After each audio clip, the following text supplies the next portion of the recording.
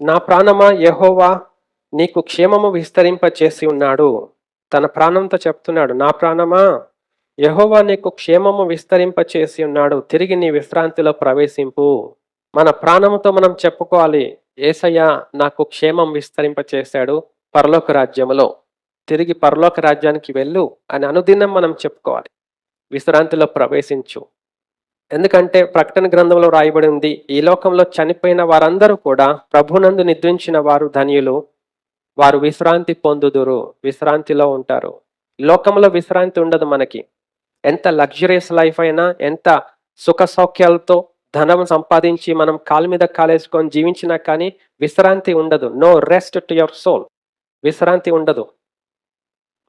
పరలోక రాజ్యం వెళ్ళగానే మనకు విశ్రాంతి ఉంటది. బర్డెన్స్ ఉండవు.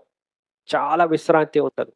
ఆ విశ్రాంతి గురించి కీర్తనకారుడు అంటున్నాడు, మరణము నుండి నా ప్రాణమును, కన్నీళ్లు విడవకుండా నా కన్నులను, జారి పడకుండా నా పాదములను నీవు తప్పించి ఉన్నావు.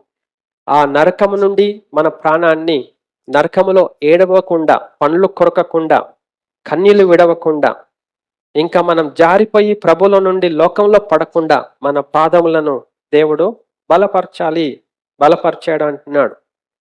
కాబట్టి ప్రభుకి మనం అప్పగించుకోవాలి. సజీవులున్న దేశంలో యెహోవా సన్నిధిని నేను కాలం గడుపుదును అని నిరీక్షణ కలిగి ఉన్నాడు.